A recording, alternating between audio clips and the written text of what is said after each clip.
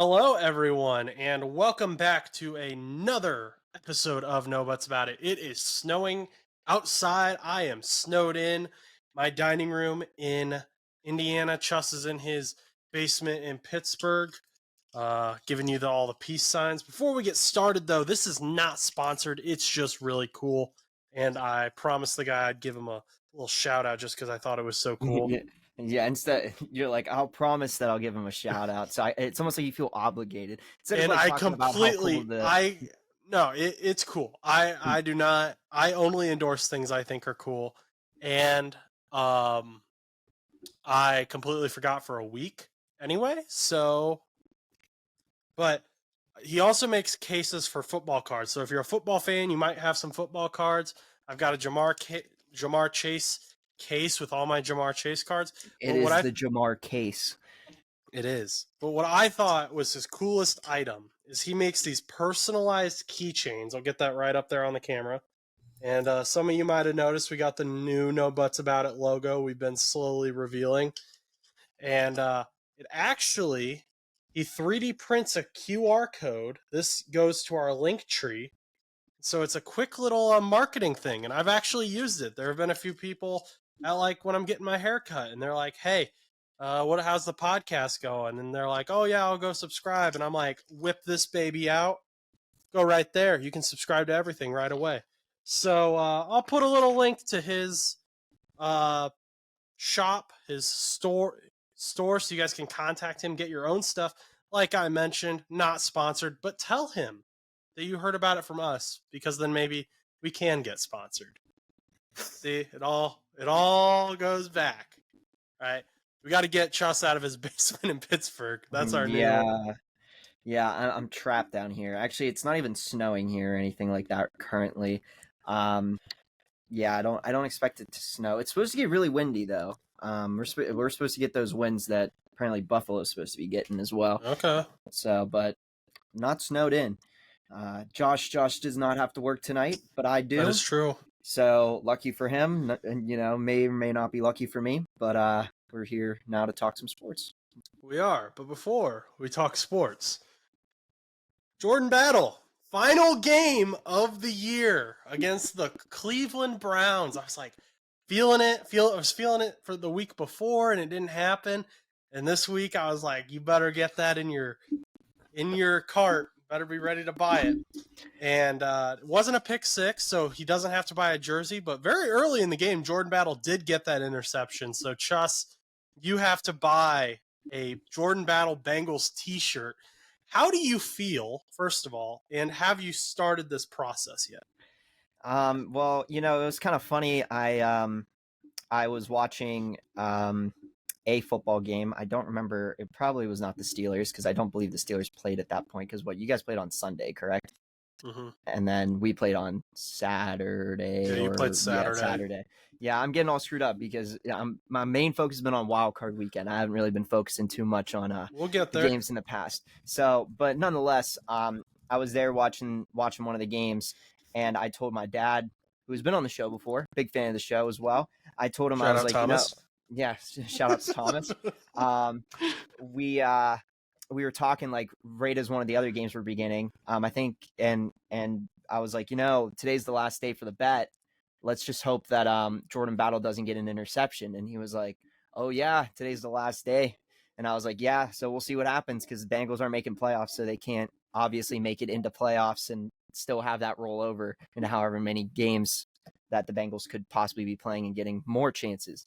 So I walked downstairs to go grab myself a water. Next thing you know, I get a phone call from Josh, and I'm like, I don't know why, but I feel like this is it because I'm not watching the Bengals game. I have a different game on upstairs.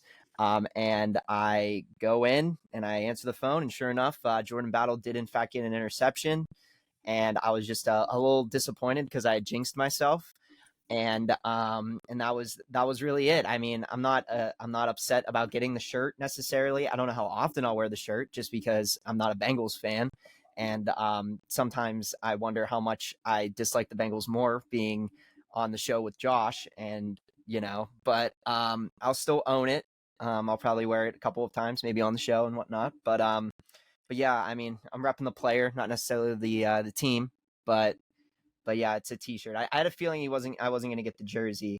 And as for the process, I'm kind of waiting until shirts start going on sale. So probably closer to spring, summer, I'll probably get it. And I do promise that I just rather not pay $40 for a shirt if I can pay $29.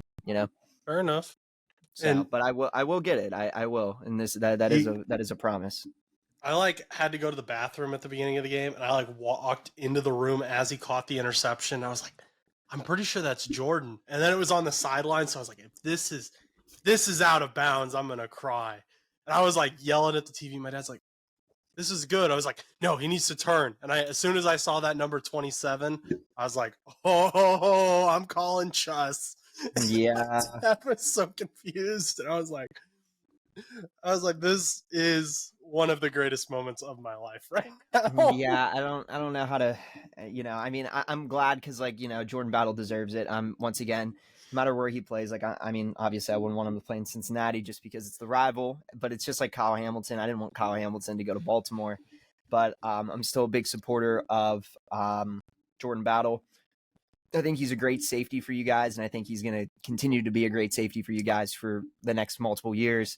So I think you guys really got a diamond in the rough and a good third-round pick out of him. And like I said, I was very high on him, and I know you've been very high on him the last couple of weeks. I wasn't kidding, man. I knew he was going to be good. Just because Brian Branch was the better of the two safeties didn't mean that Jordan Battle wasn't anywhere close to being a talented superstar in the NFL. So I'm very glad that he is there, and I'm glad that he's doing wonders, and he got his one interception.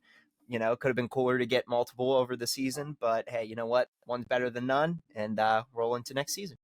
I don't have the numbers here, but I know that Jordan Battle has been a fan favorite. Him and his brother Jalen are fun on Twitter. Jordan, I believe, these are the things I don't have the numbers for. I believe was the 30th or the third best ranked defensive player on PFF for rookies. I think he was the best ranked safety, and a lot of Bengals pages are giving him the Defensive Rookie of the Year award, which you can say there's not a lot there, but they're saying, hey, defensive player, Defensive Rookie of the Year, Jordan Battle, because he has just shown up. He has been what fans expected Nick Scott to be, and that's really going to help out. But let's move on. We've had a ton of stuff happen this week. I thought that Mike Vrabel was going to be the craziest thing we saw all week. I was wrong. I put out a quick little short about this. We got to talk about it here on the show. Pete Carroll is no longer the head coach of the Seattle Seahawks. We don't know who the head coach is yet, but he's going to stay within the organization as an advisor, which I think is kind of interesting. I can't remember another situation where I've seen that happen. I'm not saying it hasn't. I just can't remember it. What was your kind of reaction to seeing this Pete Carroll news? It was kind of wild to me just because I don't think Pete Carroll has done that bad of a job over the last couple of seasons. I mean, obviously, as any organization may want, they may want a little bit more progress than what, the team has been given. But currently, you made the playoffs last year with Geno Smith and you just barely missed it this year. And you probably could have made it. If you would have beaten the Steelers, you probably would have been in a better position to make it. Unfortunate for them that they didn't this year, but I mean, it's not like they haven't had good seasons over the last 5, 6, 7 years. But, I was pretty shocked, honestly. I didn't expect him to be one of the coaches to be, nixed this week. Mm-hmm. I really thought that it was going to be not Pete Carroll. It would have been so many different other coaches, and we've seen multiple coaches, Vrabel being a surprise for us. But, obviously there was a lot of other coaches that we've kind of expected, it was kind of hinted, and we'll get into one more later on in the show. But yeah, I mean, Pete Carroll, I definitely thought was a shock to me. I mean, I think also it's quite interesting that they're moving him to an advisor position. It's almost like the Seattle Seahawks don't want him going anywhere else, which obviously is pretty interesting considering, they let him go as the coach, but they don't want him to go coach anywhere else. So I don't know. I find that pretty interesting. I mean, maybe he'll do well as an advisor or whatever role that he'll have in Seattle, but obviously they're holding on to him for some sort of sake. They don't want him going anywhere else, or maybe they just want to keep it for the fan enjoyment, just like a new fresh start, but they don't want to let go of the history of Pete Carroll, getting them to one Super Bowl and losing, well, 2 Super Bowls, losing one, winning one. But nonetheless, still, yeah, I think it was a shock. It was a shock, more or less. But I mean, he is older though. He's like early 70s, I believe. Like what, 70, 71? He's 72. He was the 72. oldest coach in the NFL. Wow. So, and that's funny you bring that up. I had that same thought process with you as you, that I thought it was weird that they didn't want him to be the head coach, but still wanted to keep him around. Kind of that, we don't want you, but we don't want you to go anywhere else. That was kind of my thought too. But yeah, you brought up his age. I mentioned that to my dad because I was like, I was shocked Pete Carroll was fired. And my dad's like, who the heck is Pete Carroll? And I was like, he's the Seattle Seahawks head coach. He was the coach with like this Super Bowl and this Super Bowl. And then he was kind of like, okay. He was like, how old is he though? And I said, he's 72. And my dad's like, he needs to retire. I was like, yeah, because he's still ready to go. He's still chewing that gum on the sideline. I mean, munching. Sure, but I mean, like the thing is it was just like kind of, I don't know, a little interesting that they decided that like, you know, they wanted to let him go, but they weren't gonna. I mean, I feel like at this point he probably should have retired. He should have pulled some of these this other coach from Alabama that did retire, but maybe you should have just like stepped down and retired, because then he would have been a Seahawk forever. You can say his name. What's his name? Nick Saban? Nick Saban? Yeah, Nick Saban. Let's congratulate Nick Saban. You wanted to continue on? I didn't know how long you wanted to talk about Pete Carroll for. So, no. We can go back to Pete Carroll, but you already brought up Nick Saban. So let's congratulate Nick Saban here. Yeah, congratulations, Nick Saban, on a phenomenal college career. I mean, honestly, probably one, if not the best college head coach of all time. I mean, geez, I disliked Alabama for so many years, but not because of Alabama. It was just because of how good they were. You know, I have nothing against Alabama. It was just that they were just so good for so many years. And you have to thank Nick Saban for that. Multiple national championships, multiple national championship runs, you know, multiple college football playoff runs, you know, great. 6, right? I believe so. Yeah. I mean, he's definitely made multiple appearances. He's definitely been in college football playoffs so many times. You know, Alabama has just been one of those elite teams for decades. I mean, he ran the 2010s with Alabama. Mm-hmm. So, and he didn't stop this year, you know, he slipped in at 4, and granted he did lose to Michigan, but, you know, I mean, Michigan ended up going on to win the Natty. So, I mean, like, it wasn't like he lost to the runner up. So, I mean, he I wish, you know, for him, he could have went out on a bang, but, you know, when it's time to hang it up, it's time to hang it up. But he had a phenomenal career, and I wish him nothing but the best in retirement. But let's hope that like nothing crazy happens and he decides, like, after 1 year of DeBoer, who is supposedly the person going to head coach Alabama next year, who is the Washington Huskies head coach, who just lost in the national championship to Michigan and Harbaugh. He's supposed to take over for Alabama. Let's just hope that DeBoer doesn't do really poorly, and then Nick Saban comes out of retirement, because then Nick Saban will no longer be enjoying retirement, and that would just be very unfortunate. Because, you know, I think he's had just a historic career, and yeah, I think no matter what, if you watch college football or if you don't, I mean, you at least relatively know some of these like really good coaches, and I think Nick Saban is one of the coaches that many people remember and will know. And I mean, even for you, you know, I know you're not a huge college football playoff, you know, regular season fan much, but you know who Nick Saban was, and you know his greatness. So he made it into a Walker Hayes lyric. Yeah, and I guess that's how you first heard his name. Yeah, and that's like, the first time I heard about Nick Saban. Who is Nicholas Saban? He's just a random guy in Alabama. But let's get back to Pete Carroll. So weird situation, and I want to kind of go back when the Russell Wilson trade happened, because I think this is where we really saw Pete Carroll and what he did. When Russell Wilson was traded, and that trade went through, everyone thought Seattle had been screwed over. Like, this is the dumbest trade that Seattle could have done. They're rebuilding. DK's gonna get mad. This is awful. Like, I mean, we saw all the media. And Pete Carroll came out and he said, hey, no, Geno Smith's our guy. We're not rebuilding. Drew and Geno will be in a quarterback competition. Geno ended up being the guy. They went 9-8 and they made the playoffs. That's very, very impressive to do when. And I'm pretty sure they had a really good showing in the playoff game. I'm pretty sure Yeah. they kept it really close. They obviously didn't win, but I think they went up against would have been what, San Francisco at number I mean, 2 last yeah, year. they either way making the playoffs at all, because they were supposed to be an awful team. You traded this supposed Hall of Fame quarterback. I'm not saying Russell Wilson is or isn't, but that's what people were saying was you've traded a Hall of Fame quarterback away. You're gonna suck now. You have Drew Lock and Geno Smith. Still made the playoffs. They went 9-8 again this year. Maybe that was part of the reason that like maybe Seattle is saying, okay, that's Pete's ceiling now with Geno. But I don't know who you're going to replace him with. I think that was a very good run for the Seahawks and just showed how good Pete Carroll is. Yeah, I mean, and going back to the Seattle playoff game last year, yeah, they did get blown out, but it was because, like I said, it was close, but it was close. It was close. They get blown out? Did they get blown out? It was 41-23, I think, was the final. I looked it up, but in the first half, it was really close because I was like monitoring because I remember it was a close game. I just forgot at the end San Francisco ran away with it. But Seattle and San Francisco, it was like within like 2 or 3 points at half. It was like unbelievable because I was like, man, Seattle actually could pick up this big victory over San Fran. San Fran could choke.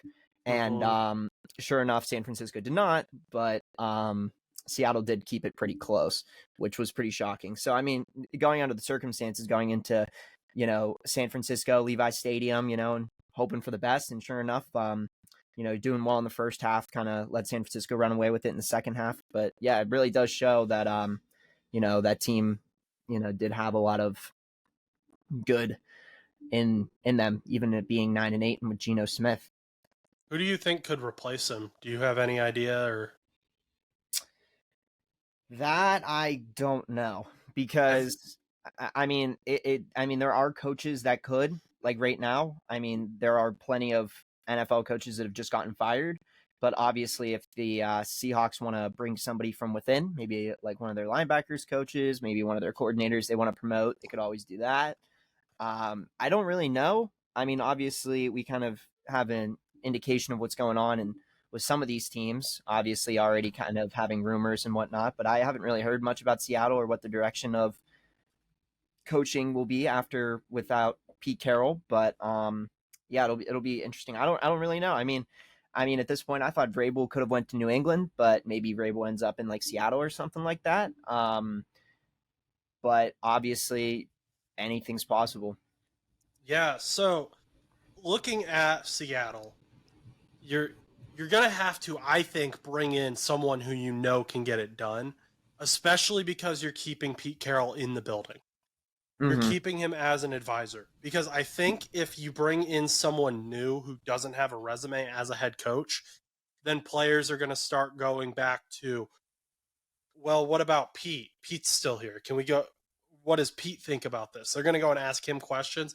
And we'll talk about this in a minute, but that was the same reason that Robert Kraft said that Bill Belichick couldn't just relinquish some of his power, was because players would be like, they're so used to going to Bill.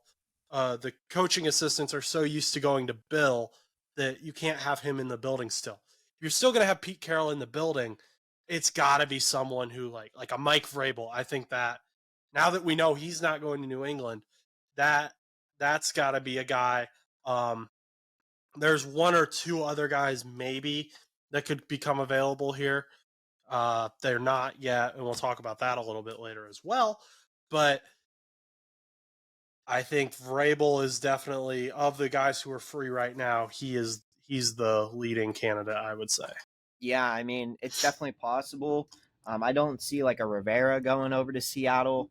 I really doubt it. But I feel like Vrabel would be the best chance. But obviously, there could be any of these coaches, that may get released, or maybe they're, like I said, maybe they do like decide to work with a coordinator. But like you said, with Pete Carroll still being in the building, it might be tough. Maybe that's why Seattle hasn't really talked too much about getting a new coach. Maybe they're trying to figure out what they're going to do because, you bring in a coordinator that doesn't have experience, because like obviously you have a coordinator like Brian Flores over in Minnesota right now, who has been a head coach for Miami and is now a coordinator over Minnesota.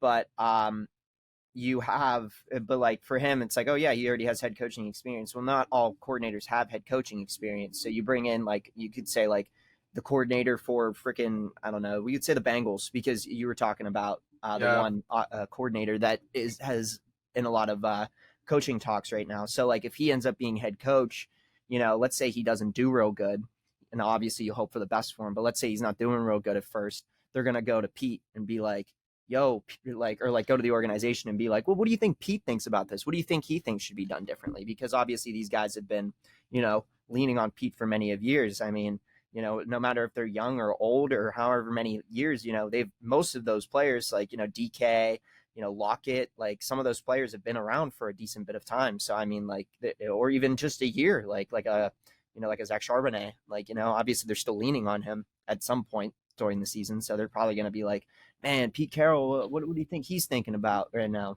So, and obviously you still have Bill out there. Bill Belichick is one. Cowboys defensive coordinator Dan Quinn is another one. Has strong ties to Seattle. He's been there before. He was there for the Legion of Boom. He's been a head coach before with the Falcons in the Super Bowl. Michigan, Jim Harbaugh, him coming down maybe to Seattle, that's a possibility. Him and Pete Carroll have had a rivalry. I think they both respect each other, though, so that could be interesting to see. And then I don't know. Again, you could go the offensive coordinator there because he has that relationship with Geno already, but I don't know how the players will feel about that, like you mentioned with all that. So hiring within might not be the move. We will see what happens with Pete Carroll. But I would say Dan Quinn, Vrabel, and then like maybe Bill Belichick or Jim Harbaugh I'd put tied for 3 in those situations would be my rankings. Yeah. So moving on to the big one, that it wasn't Vrabel was the shock. Belichick we knew was coming, but it's the biggest. 20-some years, Bill Belichick has been the New England Patriots head coach, and I really liked what Robert Kraft said. I don't know if you watched the press conference. I did because it was pretty short, and I wanted to hear what they said. Robert Kraft basically said, hey, we didn't trade Tom because he earned the right to go where he wanted, and so we're not going to trade Bill because he's earned the right to go where he wants to as well. And I think that was good. I think that there was a mutual respect between Robert Kraft and Bill Belichick. Bill Belichick seemed to really appreciate the media. It's the most I have ever heard him talk to the media. And he thanked the media. He thanked the fans. And this was just a situation where it's a turning of the guard. You're losing the Patriot way. Kind of losing a coach who has been there as long as a lot of football fans have been alive. I mean, you can have a kid and have them halfway through college in the time that Bill Belichick coached for the Patriots. So I think it's insane to look at anyone else as the New England Patriots head coach.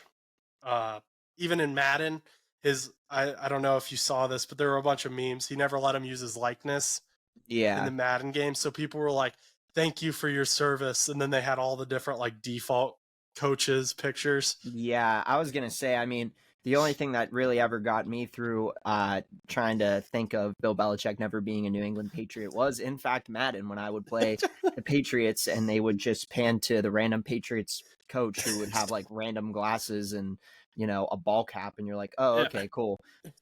There was never any attempt to like make it look like him either. They didn't like have him with a hood on or anything. It was like, looked more like Jim Harbaugh than it did Bill Belichick. Yeah, I mean, it's been all over the place. And then Right. and then a lot of times in my Madden games, they would end up firing the random default character after one season. Like, I don't understand. Like, it would be like over the last couple of Maddens, because like obviously New England was still good in some of these Maddens, but for whatever reason they would like go 10-6 like before some of these in like Madden 18 or whatever. And then they would lose, and then for whatever reason Tom Brady would retire at 39 or 38, and then and then they would like fire coach Joe Smith, and you're like, oh, okay, goodbye, Joe Smith. And then like New England would just completely rebuild, and then Tom Brady would retire, and then New England would fall apart. Like Madden was just so predictable back like in the early, like in the late 2010s, because like it would always be, this is how it would go. It would be your 3 retirings every single first year of Madden: Ben Roethlisberger, Aaron Rodgers, maybe Drew Brees, depending on what year you played, Tom Brady. No matter what age they were, it was always them retiring. And then after like 2 or 3 seasons, Mike Tomlin would get fired, and like all the like Madden was just wild. But we're getting off topic here. But yeah, Bill Belichick. Yeah, that's the only way that I can ever think of him not being a head coach was through Madden. So why do you think this ultimately ended up happening? I mean, we know that they haven't had success since Brady left, and you could put that on Bill, you can put that on Mac, you can put that on Josh McDaniels leaving. Lots of things you can put that on.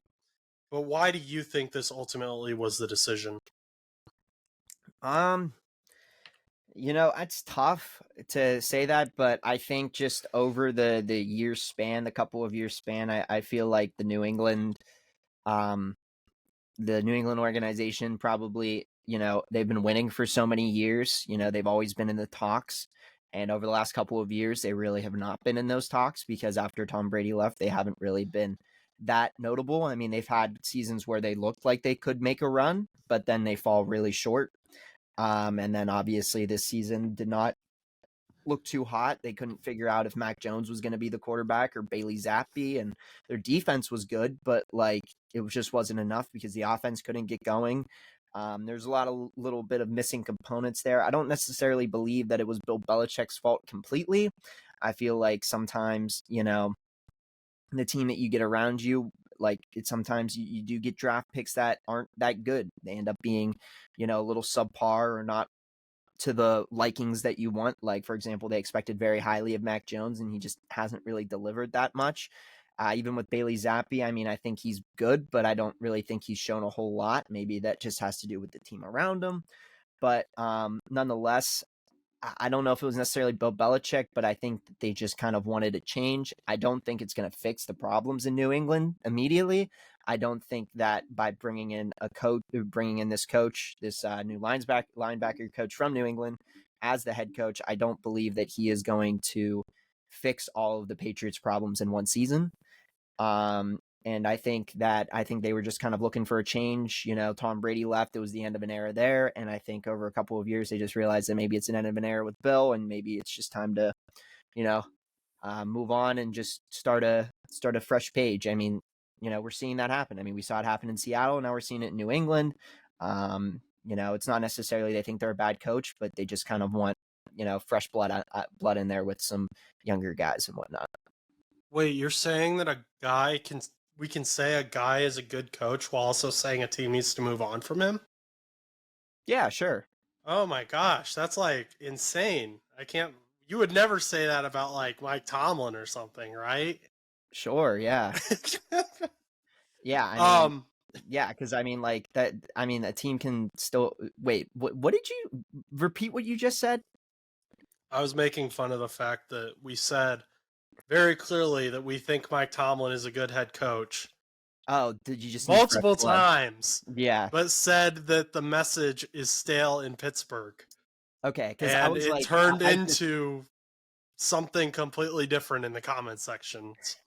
Yeah, because that's the same thing. I mean, yeah, Steelers have a good team, but I mean, we've talked about that multiple times. And when it comes with Bill Belichick, I mean, I don't like Bill Belichick. I despise him. But that's just because the Pittsburgh Steelers just have never had the chance to ever really successfully beat the New England Patriots that greatly. So, I mean, we've just struggled against them for years. So, I truly, I don't like him for that reason, but I respect him as a coach. I mean, he is the best probably to do it. So, I mean, I don't really expect there to really be any other coach that's even close to him. But I will, I was going to say I will miss him, but I mean, even this year they were 2-10 and they still beat us. So I don't know if I will miss him.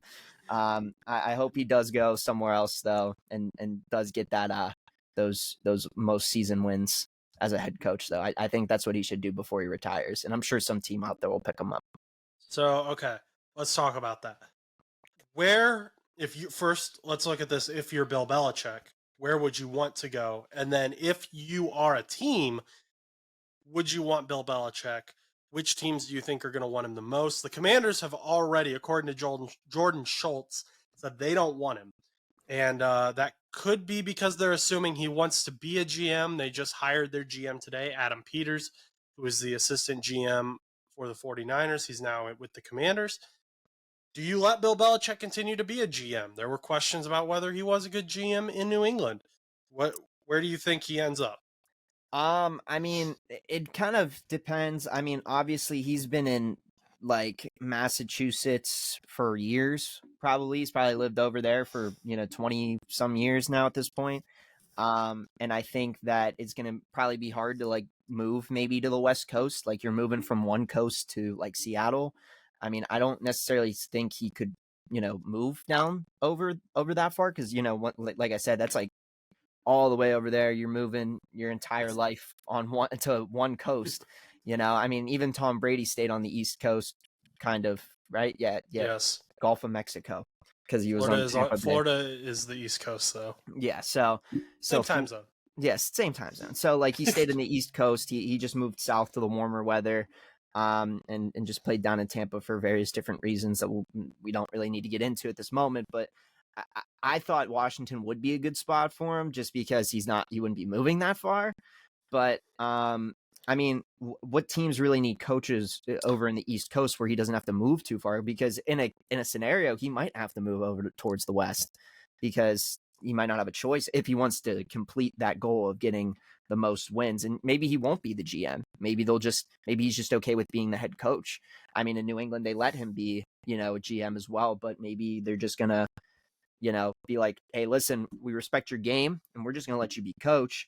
But, we already got ourselves a GM, and we know what your goal is just to get the most wins, and, we'll keep you as long as you want to stay, or whatever their goal is on the team, or whatever team it is. So there are two teams I'm going to look at as possible answers. One of them is, and this is going to slightly contradict something I said earlier, but I'm going LA Chargers. They already have Justin Herbert. They have Keenan Allen, Austin Eckler. They've got some guys you can build around. You've already got, on defense, you've got some key pieces. You need to rework a little bit. You need to do some cap space gymnastics. But you got Joey Bosa, Khalil Mack, Derwin James. We got some guys over there.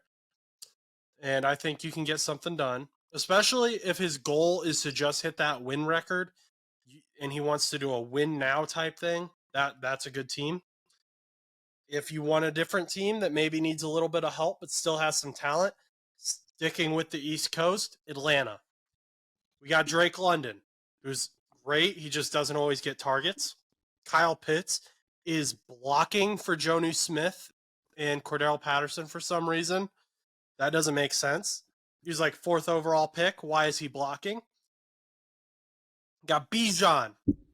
Stud. Once again, why is Bijan blocking for Cordell Patterson and Jonnu Smith? Bill's going to fix that. On defense, Bill's a defensive-minded coach, so he's going to be looking at some of these guys. You got A.J. Terrell, who's not a huge name, but he's great. You got Calais Campbell, who's going to want to win now. He's the leader on that team.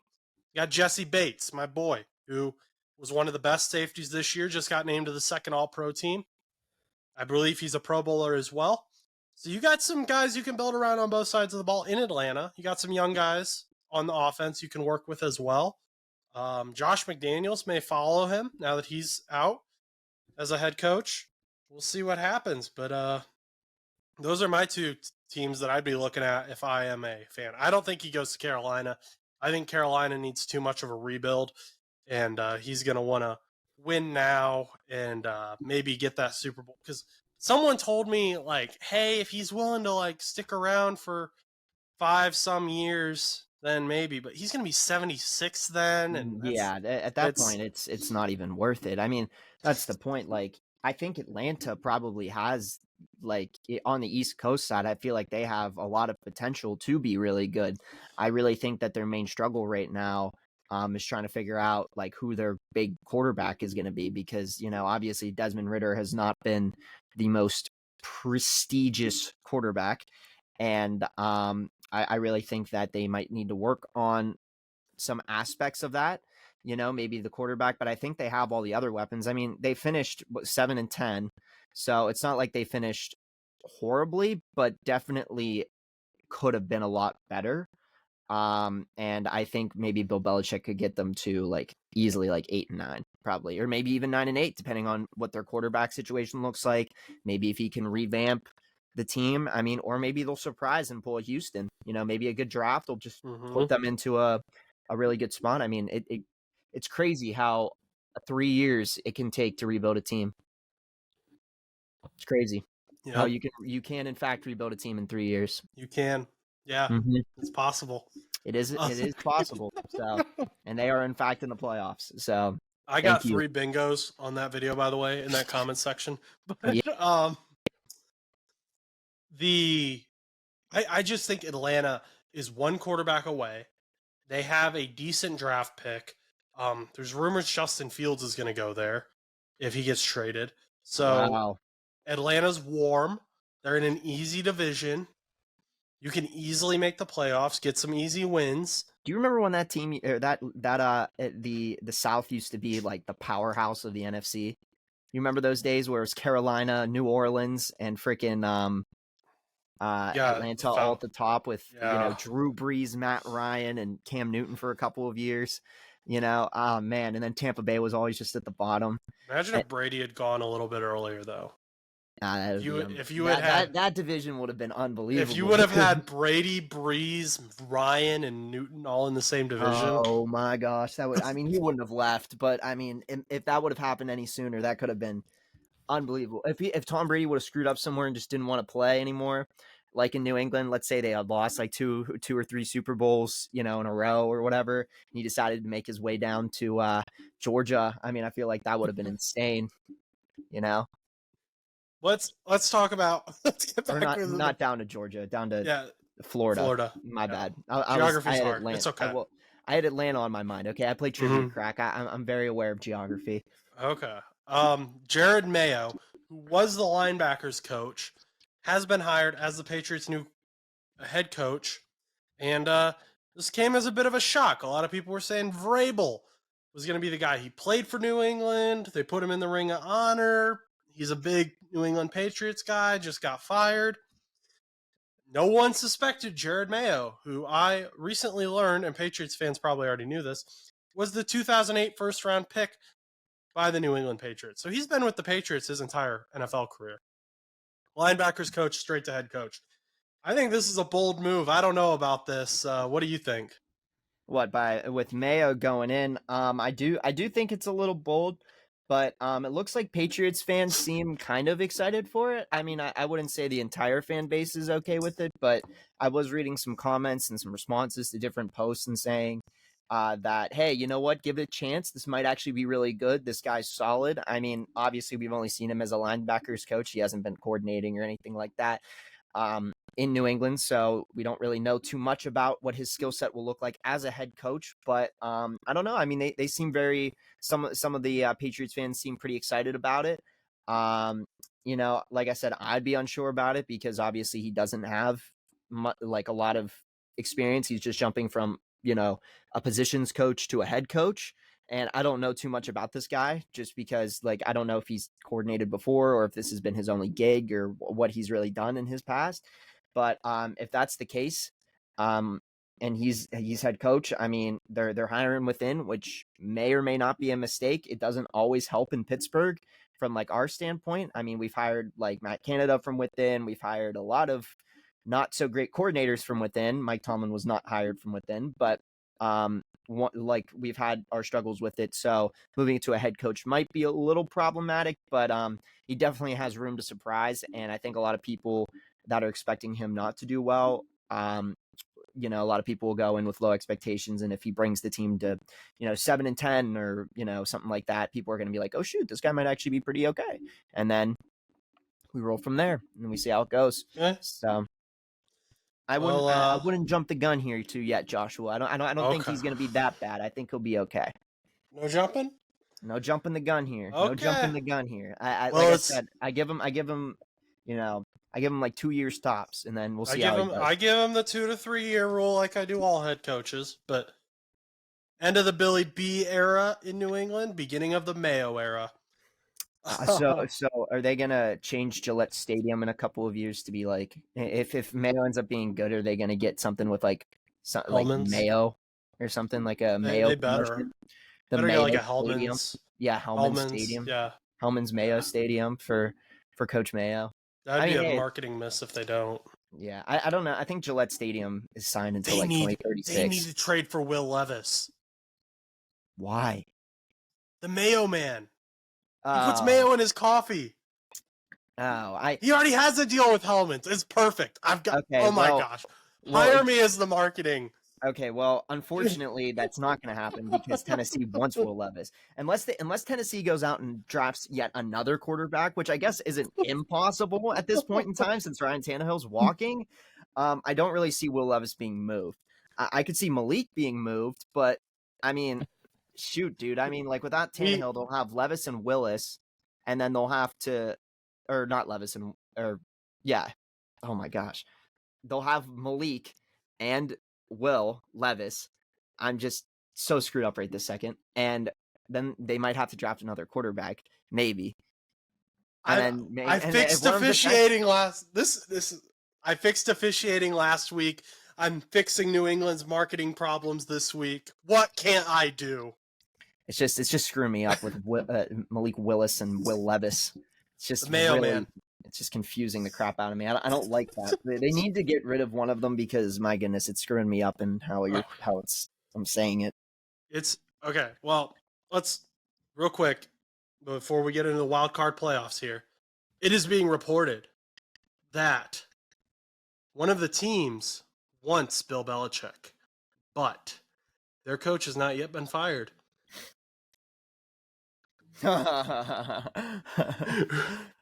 Who do I think this could be? There are a couple options here, and I know what option you're going. No, actually, I kind of agreed with what you were saying actually in the group chat earlier. I think you could go to them boys. Them boys? So Mike McCarthy is not safe? I don't think so. I think depending on what they do in the wild card and divisional, if they fall short again in like the divisional or something like that to like the Eagles, if the Eagles for some reason end up going to the NFC Championship again by some miracle based on how they've been playing, they shouldn't be. But let's say they do lose. I think that Mike McCarthy might be on his way out. I mean, I feel like Dallas has been a really good coach, but I think that he just hasn't been able to get it done with them in the playoffs. And I think Dallas is getting frustrated because they have a good team. I mean, you've got CeeDee Lamb, you've got Tony Pollard, you've got Dak Prescott, who has had probably one of his better seasons in the last couple of years, I would say. I wouldn't say very long time because he's not like he's been in the NFL for 30 years or 20 years or whatever. But like I think he could be on his way out. What were you hinting at? Were you thinking about we got Michael McCarthy. I got two other guys on my list. I mean, there's the one that we both went to, which is obviously Mike Tomlin, who I think that I don't think he would be, like I said, I don't think Mike Tomlin would be fired. I really think that it could be a step down situation if it does. That's what I'm not saying he gets fired. I'm just saying maybe. So, but this was reported by Adam Schefter, correct? I believe so. So, and I think in that report, he said that the coach has not yet been fired. Correct. So, but if the Steelers aren't going to fire him, then if they would have said like, but the coach hasn't been let go or stepped down or fired yet, maybe because like, I don't know. I mean, heck, it could literally be any of these coaches. It could be. I got another one here that I think is absolutely insane. Nick Sirianni, the Eagles head coach. There has been a lot of talk in Philadelphia. I've been reading some of their media outlets. They want him gone. They are not happy. And Eagles fans are reactive sometimes, but they are not happy with the offense. The defense has not done well. I mean, so we got three guys who proven head coaches here. Great head coaches, I think. I mean, Nick Sirianni was up for Coach of the Year for a hot minute this year, and then again last year. Took him to a Super Bowl last year. He was planting flowers and all that stuff. He has all his weird sayings. But I mean, if the Eagles struggle, do they lose to the Bucs this year? Does that question you? Do the Steelers losing to the Bills? You guys haven't won a playoff game since 2017 against the Chiefs. I mean, 2017 we didn't win that game. 2017 the year 2017, not the season. We beat the Chiefs. Would have been 2017. Yeah, but I'm pretty sure it was 2017. I don't think so. Pretty sure it was a divisional game. I will fact check myself right now. January 15th, 2017. Steelers, Chiefs, 18-16. Oh, so that would have been what, AFC? What the heck? It was the AFC divisional playoffs. You guys were 11-5. Chiefs were 12-4. No, I know that, but I don't know why I goofed on that, because I always thought that our last one was against the Bengals for some reason. The real takeaway here, fans, is that I was right and Chus was wrong. Let's just remember that. Then why are people saying that our last win? I guess that would still make sense, because the big thing for a while was that the Steelers haven't won since the Obama administration. And that season, it would have been, even at January 15th, 2017, would that have technically been the Obama administration? Yes, because inauguration is January 20th. Okay. He made it by 5 days. So technically, okay. So I was just making sure, because I just wanted to verify, because I was very confused on this, because I always thought it was the Bengals. I kind of got the 2017 year mixed up with something else. I thought it was a little earlier than that, which wouldn't be true. But that was the year we lost to Bill Belichick and the Patriots. Either way, Mike McCarthy can't win a playoff game. Mike Tomlin can't win a playoff game. Nick Sirianni, fans are mad at him. Yeah. I would be surprised if Sirianni's gone, but I think Sirianni being gone is more likely than freaking Mike Tomlin at this point. Dude, I mean, I think, imagine though if the Eagles hire Bill Belichick as the replacement for Sirianni? That storyline after Nick Foles and all that. Mm-hmm. Whatever. I don't know. I mean, let's get into. We got playoffs talk. I mean, Sirianni. I mean, I feel like there was that rumor going around that he had lost the locker room and whatnot. Maybe that's like a big thing going on now. Maybe safe. It's like, and maybe nobody's That's what I've safe. learned this week. Maybe every head coach this season gets fired. Maybe Andy Reid's on his way out. Maybe every single coach of all time gets freaking fired, and then they decide to do a fantasy draft and just redraft the entire NFL. There is actually. It's not actually going to happen. Please don't. No. There is a protocol in place for that, though. So really? you know, like what happened with Marshall University, where like the entire team died in that plane crash. If that happens, I believe that team gets to like all the other 31 teams get to pick like certain guys they keep, and then everyone else becomes a free agent, and you have another draft. I believe is how it works. Yeah, it's insane. That's actually wild, because like they always had it in Madden, and I never really understood why. It's something Madden, like that. It has to be like that, because it's not like they're like if they had an expansion draft for the NFL, like if the NFL was adding a 33rd team or a 32 like they would have the protection list where it's like, oh yeah, like the Steelers would protect, Kenny Pickett, Najee, blah blah blah, etc. Yeah, you're like Patrick Mahomes wouldn't become a free agent. But in these like expansion drafts, like through hockey and stuff like that, you would have a 15, like it would be like a 10 protected list, and then the rest of your players, including like your rookies, your any of your farm players or practice squad guys, could get picked up, and then they build the roster based on that. But since NFL team's 53. that would take a lot longer. So, man, I wonder how an expansion draft would go nowadays. I hope that never happens, but that'd be interesting. Be wild. I really hope it never does, because then we would have to report on a tragedy, and I don't want to report on an NFL tragedy. So. I do not either. But let's get to the NFL wildcard weekend. Okay, let's go. Do we want to do Piper's picks first? If you want to do, actually, yeah. Okay. I don't know. Maybe no. Let's wait. We'll wait till the end. We'll go through our picks and we'll see if Piper agrees with us. Okay. So first game we got tomorrow at 4:30 p.m. is Joe Flacco's Cleveland Browns returning to Texas, where Deshaun Watson used to be, to face the Houston Texans. The future. CJ Stroud versus Joe Flacco. Who do you got, first of all? This is probably going to be one of the tougher ones for me, just because I feel like it could really go either way.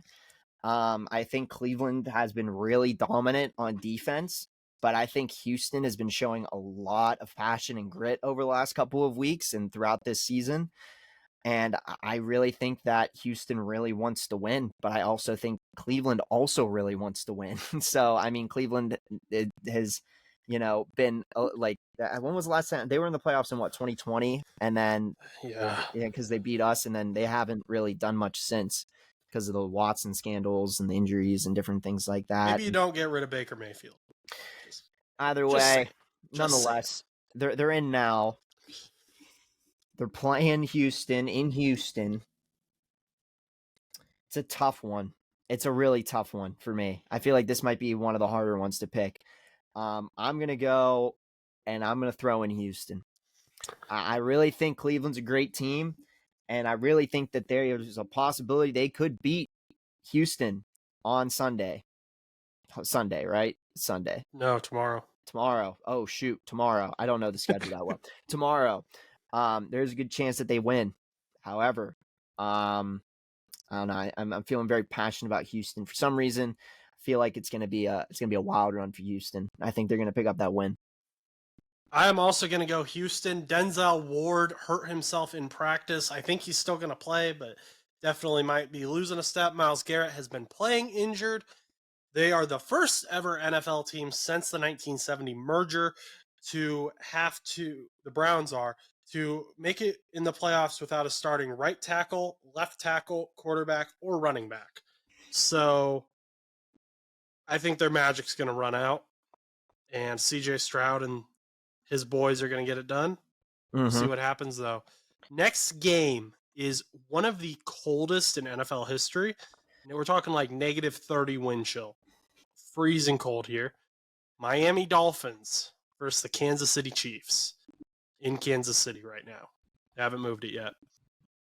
I don't see them moving it as of right now, but I mean, I guess it's possible. It's gonna be cold down there. It's gonna be. I don't know. I mean, they didn't move the Buffalo Steelers game, and that was supposed to be 1 feet of snow and 50-mile-per-hour winds. They were going to do a state of emergency for that. This is cold. This is brisk. Yeah, two really wild games for this wild card weekend. Who do you got? Who do you got? I'm probably gonna go with Kansas City, and that's a more than likely probable regardless of the change of location. But I really think that if Miami goes to Kansas City and they have to play in that -30 degree weather, I don't know if Miami's going to be kind of used to playing in those type of conditions. I mean, Kansas City may not be no one's really ever ready for those type of conditions, but when you're playing in Miami for 8 or 9 games of the season, and you're in probably one of the most southern tips of the United States down south, it's going to be a lot warmer in Miami than probably a lot of other locations. So I don't know how the team's going to adjust to being in -30 degree weather. Whereas Kansas City has played in cold weather before. They're used to it. They played a lot in it. I don't know if Miami will be ready for it. I'm not saying Miami hasn't played in cold weather. I don't want you guys to be like, Miami's won in cold weather. They blew up this team or blah, blah, blah, blah, blah. But I get it. But there's a difference because Miami is in a warm state. And I don't know if they're going to be able to adjust to that. And Miami hasn't looked too hot over the last couple of weeks. So with the cold weather and with them not looking too good the last couple of weeks, I don't know if they're going to beat Kansas City. I am also thinking Kansas City is going to win this. I think they have a run game that can be more dependent on itself. I think Miami's run game is a lot more dependent on their passing game being successful. I would prefer the Dolphins to win this, but I do think the Chiefs will win. They got Isaiah Pacheco, who, I mean, I just love the way he runs. I mean, he gets touched and he just becomes a tornado and gets another 5 yards. It's insane. So I think the run game is going to dominate, especially if it's snowing during the game, like I believe it's supposed to be. So that's where I'm going with that. Kansas City Chiefs. Let's see. Next game, your boys versus the Bills in Buffalo. You didn't really want this to happen, but that's what happened anyway. What do we got?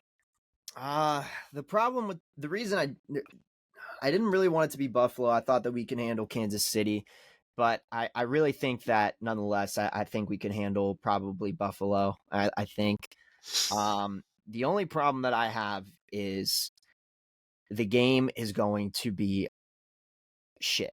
And I know we don't swear often on the show, but that is the only best way to explain it. And you can bleep that out if you want to, but It's fine. But FCC will be okay. Yeah, I think the game is going to not be a lot of fun to watch because I think it's going to be a heavy run game. I think the Bills are gonna rely a lot on Fournette and Cook, and the Steelers are gonna rely a lot on Warren and Harris. And it's going to be one of those things where it's like, who runs better? What team can get the holes open up in the wind? Because you can't really punt, because if you do the high kicks, because according to what the Steelers are looking to do, they might not even play Presley Harvin. They might play our other punter, because Presley Harvin does a lot of hang time punts. And if it's 40-mile-per-hour winds, it's just going to take the punt and just not go anywhere. You're not going to be able to kick a lot of field goals depending on the wind mile per hours. You might be able to get away with you might be able to get away with an extra point or maybe a 20-yard field goal, but anything past a 20-yard field goal, you're going to be lucky to get that. Plus, if there's snow coming down, it's going to be hard to see when you're throwing the football. And honestly, I think it's going to be like that New England Buffalo Bills game where Mac Jones only threw three passes. I think Mason Rudolph's probably going to throw maybe 7 passes. If maybe more, depending on what the weather looks like, but it's going to be really hard to throw a ball, and I think it's going to be relying on the run game. It's going to be a tough one, and it might be a little slow, might be a little boring, might be one of the more boring ones just because of the weather conditions. Now, if it was in Cleveland, it might be a little bit of a different story. I think it would have been a little bit more offensive heavy, but right now we just got to roll with the punches here. I believe in the Steelers, so I'm going to go with Pittsburgh. I don't know. I feel like this is this one's different. I didn't believe in the Steelers in 2021. I kind of believe a little bit, and it's kind of weird because I didn't expect to believe, but I'm getting excited for this one. And I feel like if we beat Buffalo, I feel like at that point anything's possible against Baltimore. So one win at a time was my motto all season, and I'm gonna take Buffalo one win at a time. But I think it's gonna be luck. I really think it's going to be a really low-scoring game. It's going to be like a 10-7 final, back to the old Pittsburgh ways, but it's going to be based on weather conditions. And I think somehow, some way, the Steelers are going to win because they got like a 20-yard field goal. They're going to be like, oh my gosh, he got a field goal, and everyone's going to lose their minds. So I've been seeing talk. I've been seeing people saying, hey, Najee Harris and Jalen Warren, they're way better than Leonard Fournette and James Cook. We got this. Steelers fans are excited about that. And that might be true. The Najee Harris, Jalen Warren combination might be better than Cook and Fournette. But I think you guys are forgetting a very key component to the Buffalo Bills offense, and that is Josh Allen's legs. That man can run if he needs to. And Josh Allen, if there is a quarterback who can throw in these conditions, it is Josh Allen. And we saw that with that Bills-Patriots game. Mac only threw 3 passes, like you said. Josh Allen was up in the 20s. He was still throwing. He's got an arm. I think these conditions are going to be weirder, man. I don't know about this. And if Josh Allen, because you're expecting Josh Allen throw 20 times, which is possible, and he could. And Mason Rudolph might throw more than 15 times as well. But the problem is also with that is that, you know, if you're dropping back a lot, then you might have to scramble. Yes, that is possible, but like, how often is like, depending on the wind conditions and stuff, how often is Josh Allen really? He's gonna have to do a lot of draws, or like where he like drops back and then starts running, you know. Right. So, and which is possible, but I'm not forgetting about Josh Allen. I don't. I'm not saying you are. I'm saying I think a lot of other fans are. I think, and Gabe Davis is out. He has that PCL sprain. He can't play. But I think Josh Allen is an extra guy in that run game that a lot of people are forgetting about. You got to prepare for him. You're in Bill's territory already, in the cold where they thrive. I'm taking Buffalo. That's fine. Okay, we will see on January 14th at 1 p.m. Well, I guess more at 4 p.m., but that's when the game starts. It's 1 p.m. Next game. Packers-Cowboys, Mike McCarthy versus his old team in what could be his final game as the Dallas Cowboys head coach. Could the Packers ruin Mike McCarthy's career as a Dallas Cowboy? We will find out. Chus, who do you think wins this? Taking Green Bay. Good move! I think I'm taking Green Bay. I think it's going to be funny. I don't know. I think it'll be really funny because I think not Bill Belichick. Mike McCarthy is going to go against his old team, and I think he's going to just panic, and I think he's going to lose. And I think I'm playing. I do think Green Bay is going to win, though. I think they're going to pull up the upset. I don't know why, but I just have this really odd feeling that somewhere along the way, Dallas is just going to not play up to the Dallas like momentum that they've had all season. And it's not because of, you know, bad team or whatever, but I think that they're going to expect to win this game. And I think that Green Bay's really going to give them a run for their money. And before they can even come back and win, it's going to be too late. And I think that's how Green Bay's going to win. I think it's going to be like a 23-17 thing.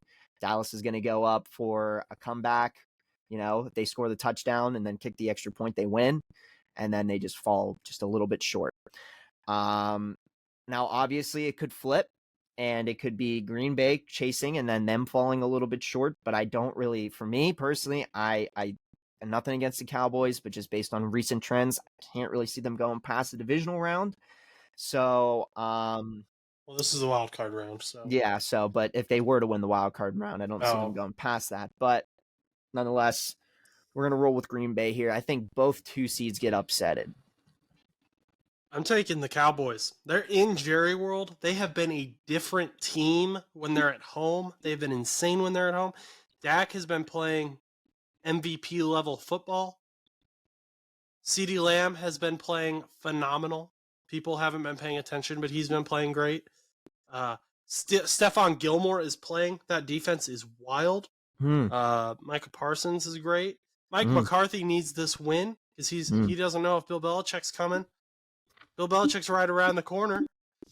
I'm going Cowboys. I think they win this game and send Jordan Love home.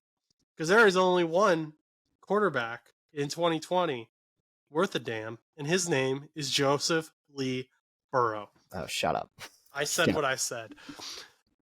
Next game, Rams, Matthew Stafford and his boys head back to Detroit. And they're trying to ban Matthew Stafford jerseys from this game because they're playing the Lions. And they don't want to see any Stafford jerseys there. I don't know how that's going to work out, but we will see. I mean, Dion obviously has his boys going all the way. He's talked to us a little bit about why he thinks that can happen. Rams beat the Bengals in the Super Bowl. Very good team. They got Puka Nacua, rookie in the 5th round. He's been playing electric. Kyron Williams has been electric. Sam Laporta is questionable for Sunday on the Lions side. He's been electric. Jahmyr Gibbs, electric. We're going to have a Tesla coil in that stadium by the end of this because there's so much electricity. Who do you got? So I think that this game is probably going to be the most entertaining. in my opinion. I think not that the other games won't be, but I think this one's going to be very like just back and forth, and you're like, who the heck's going to win? And I think it might be a little bit more of a shootout just because both teams have really thrived offensively this season. And you got Puka Nakua, you got Kyron Williams, you got Cooper Kupp still, you got Matt Stafford, and then on the other side you've got Sam Laporta, Amon-Ra St. Brown, Jahmyr Gibbs, David Montgomery. You've got a good team on both sides in the offense, but I do think Detroit comes back with it because I don't know. I think Detroit's been able to get it done. Not that LA hasn't, but they've kind of been just hit or miss this season. They've had really good moments. Obviously, they've had injuries and whatnot, and it just hasn't gone their way. Now, I think most of their team is back to full strength. So, I mean, it definitely could be a different story. Maybe LA does upset them, but I'm going to go with Detroit. I'm pretty confident in Detroit going into this week. They're going to be playing at Ford Field. And yeah, I think it's gonna be a Detroit game this year, and I think LA unfortunately won't go that far, but there's a bright future ahead of them in LA. Let me just start with saying I have so much respect for both Dan Campbell and Sean McVay. I think they're both phenomenal coaches. That being said, Dan Campbell's a bit more aggressive, and sometimes that's the move in these playoff games. Going for it on fourth down can sometimes be the make or break moment for you, even if it looks stupid at the moment. And this Lions offense really should have beat the Cowboys, which, in my opinion, has a much better pass rush than the Rams. And I know Aaron Donald's there, but I think if the offensive line, which the Lions have a great one, can keep Jared Goff upright, keep him from getting rattled, keep Aaron Donald away, I think they have a good game. I think they play well. I'm saying the Detroit Lions. Dan Campbell's going to go and get that playoff win that they've been looking for so long. Next game, Eagles. Nick Sirianni might be also playing for his life. If these rumors are true, I mean, no one's safe anymore in the head coaching world. Are going down to Tampa Bay to play Baker Mayfield and the Buccaneers, which is a sentence I didn't think I'd be saying, but here we are. Eagles have kind of collapsed lately, though. They've been having some troubles on defense and offense. A.J. Brown is injured. What do you think? You know, the more that we talk about these matchups, the more I realize that some of these matchups are just going to be bad.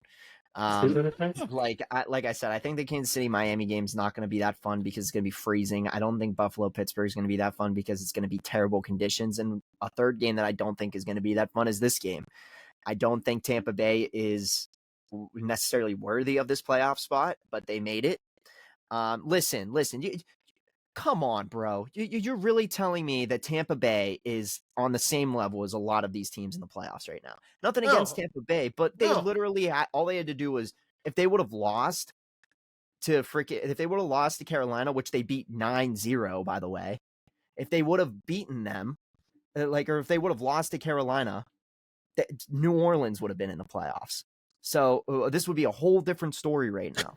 So, in my opinion, I think this is just silly. And then obviously you have the Eagles who have just collapsed, getting blown out by the big old New York Giants, the big Giants. Yeah, the scary... thank you. Thank you. So, and then I don't know. I think this game is going to be pretty bad. I don't know. I don't. I don't know because it's one of those things where it's like Eagles are not good right now. The Tampa Bay Buccaneers are probably not that good either. Pick a team. I guess I'll just go with the Eagles. I think I'm going to go with the Eagles just because I don't think Tampa Bay is that strong of a team. I don't. I think that 9-0 Carolina win was just something else. I'm going to take a bold take here. I'm going with Tampa Bay. All righty. Bold. This is bold. And I know they're seated higher, but I think everyone in the world is thinking, hey, these Eagles are going to get it. I'm going Tampa Bay. Baker Mayfield has been playing great this year. No one has talked about it, but he has looked good. Mike Evans is a Hall of Famer. I don't care what anyone says. He is not a just merchant of being on the same team for a while. Chris Godwin, he's going to show up. Rashad White is finally finding his step. Antoine Winfield Jr. has something to prove because he didn't get a Pro Bowl, and his stats are so much better than Budda Baker, who did. He's coming into this game. He's like, I'm going to get 19 interceptions. He's just going to pick off Jalen Hurts left and right. I'm going Bucks. Right. Going Bucks. I'm feeling it. So now it's time for Piper's picks. Yeah, which let's see. no, nobody knows what Piper's picks are except for us. And Yeah, they are. I actually don't even remember Piper's picks. So Piper's picks is my dog. Yeah, for anybody that's unsure. So Piper is my dog, and what we have here is her picking teams. I put a treat on both team names, team logos, and she is going to pick who she thinks will win each game. So here we go. This was actually the hardest one that she had to pick, the Rams versus the Lions. She had to take a minute to decide. Are you streaming it on here right now? Because I don't see it. You don't see it? I don't see it. I hope you saw it. Well, I mean, I saw it, but like... Oh, I haven't hit share yet. That's why. So... Some technical difficulties. There we go. There we go. Now I can see it. Like I said, I've watched it before you emailed it to me, so we're good. Okay, so we got Piper's picks here. Like I said, this was the hardest one. She had the Rams versus the Lions. She couldn't decide. She's thinking about it there. Looks at me, kind of confused, wants some help. I did not help her at all, though. She's got to make her own decisions. She's a big girl. And she's looking at the teams, thinking, still confused. Come on. And finally, Matthew Stafford and the Rams to Dion's heartbreak. Next one, Houston Texans and the Cleveland Browns. Looks at the teams. Who does she got? Who does she got? Okay. This next one, she didn't even think about. She was with them boys. And then we got the Kansas City Chiefs and the Dolphins. Dolphins, sorry, Patrick Mahomes and Taylor Swift, you're going home. Buccaneers, Eagles, easy pick. She's with me like a good dog. Sorry, Chus, you're not going to like this one. Steelers, Bills. Who do we got here? Who's her pick? Bills. Why did you make the Steelers logo so much smaller than the Bills logo? That was a matter of printing and saving trees. Okay. And your logo was a circle, so it was easier. But those were Piper's picks. She agreed with us on some of them. She did not agree with us on others. We'll see if my dog is more accurate than us. But that's what we got there. So those are Piper's picks. That's all I've got now for today's show. Yeah, I don't got anything else right now. Nothing? There's no news. The only thing that popped up was that if you're watching this now, make sure to fill out your NFL playoff bracket in a group with your fantasy football league. Go have a little bit of fun and go pick the winners yourselves. And yeah, that's all I got. You got Piper's picks, NFL picks. Go make your own picks. And bet on FanDuel or something. Actually, I use BetMGM, but I must be a loser. We're not sponsored by any of them, so bet on whatever dang site you want to bet on, as long as it's legit. True. Just don't. If we do eventually get sponsored by one, don't come and play this back. Anyway, thank you for listening to today's show. If you enjoyed, please remember to like, comment, and subscribe. We can be found anywhere you listen to podcasts and on YouTube at No But Show. Our social media pages are NoButts_show on Instagram and NoButts Show on TikTok, where I believe the Piper's picks will be posted soon. My Twitter is Josh_Butts_2001, and if you would like to reach us, you can email us at bullmoospodcast2. That's the number 2 at gmail.com. Finally, our spread shop will be in the description, so check out the merch. Once again, if you enjoyed today's show, like, comment, and subscribe. Until next time, go do something nice for someone.